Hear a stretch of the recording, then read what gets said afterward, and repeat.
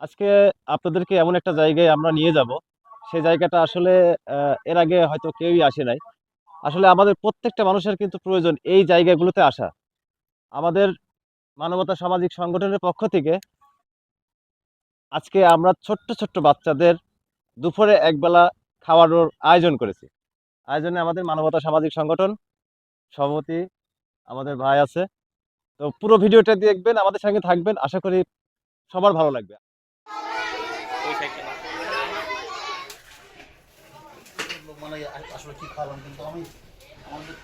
গাছ লাগান, পরিবেশ বাঁচান। আমাদের মানবতা সামাজিক সংগঠনের পক্ষ থেকে বৃক্ষরোপণ এবং বৃক্ষ বিতরণ। আজকে আসছি আমরা বাদবাজারের এক ছোটোখাটো মাদ্রাসায়। এই মাদ্রাসাটা অনেক দুর্বল, কারণ আমাদের এই মাদ্রাসাটায় অর্থ সহযোগিতা খুবই কম।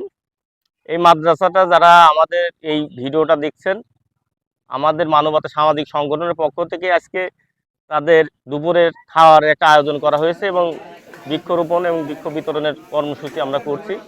আপনারা যারা এই মাদ্রাসাকে হেল্প করতে চান অর্থ দিয়ে এবং খাবার দিয়ে, আপনারা সরাসরিও আসতে পারেন এবং মানবতা সামাজিক সংগঠনের যদি আপনারা আমাদেরকে জানান যেটা আপনারা এই মাদ্রাসায় দেবেন, আমাদের বললে আমরা সেই টাকা বা খাবার আমরা এই মাদ্রাসাতে দিতে পারবো। আলামিন ওয়াসসালাতু ওয়াসসালামু আলা রাসূলিহিল কারীম, আম্মা বাদ। ফাউযু বিল্লাহি মিনাশ শাইতানির রাজীম, বিসমিল্লাহির রহমানির রহিম। প্রথমে আমি যারা আমাদের আজকের এই প্রোগ্রামের সাথে রিলেটেড হয়েছেন, মানবতার সামাজিক সংগঠনের সকল সদস্যবৃন্দ, সভাপতি সহ সকলকে ধন্যবাদ জানাচ্ছি। আজকে আমাদের মাদ্রাসার ছোট অসহায় গরিব এতিম মিসকিন ছাত্রদের দুপুরের যেই লাঞ্চের ব্যবস্থা করেছেন, প্লাস আজকের এই যে গাছ লাগান পরিবেশ বাঁচান বৃক্ষরোপণ কর্মসূচি দিয়েছেন, প্রত্যেক ছাত্রদের শিক্ষকদের আমাদেরকে হাতে গাছ তুলে দিয়েছেন।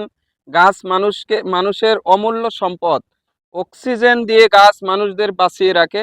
এরকমের একটি মানবিক কাজ করার জন্য আমি সকলকেই ধন্যবাদ জানাচ্ছি এবং সকলের জন্য দোয়া করছি।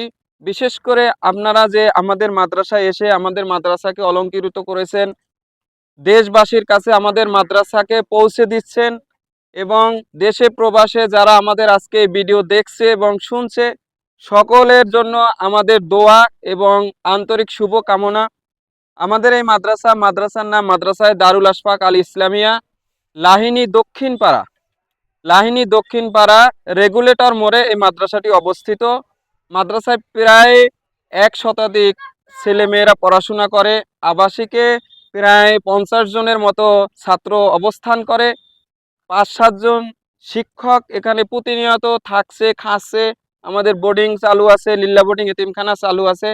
আমি এই মানবতার সামাজিক সংগঠনের সভাপতি সহ সকল সংগঠনের সদস্যবৃন্দদের মাধ্যমে দেশবাসীর কাছে আমার এই কথাটুকু যারা শুনছেন, আমি সকলের কাছে সহযোগিতা এবং মাদ্রাসার সার্বিক উত্তরোত্তর কামনা করছি এবং আপনাদের জন্য দোয়া করছি, দেশবাসী সবার জন্য দোয়া করছি।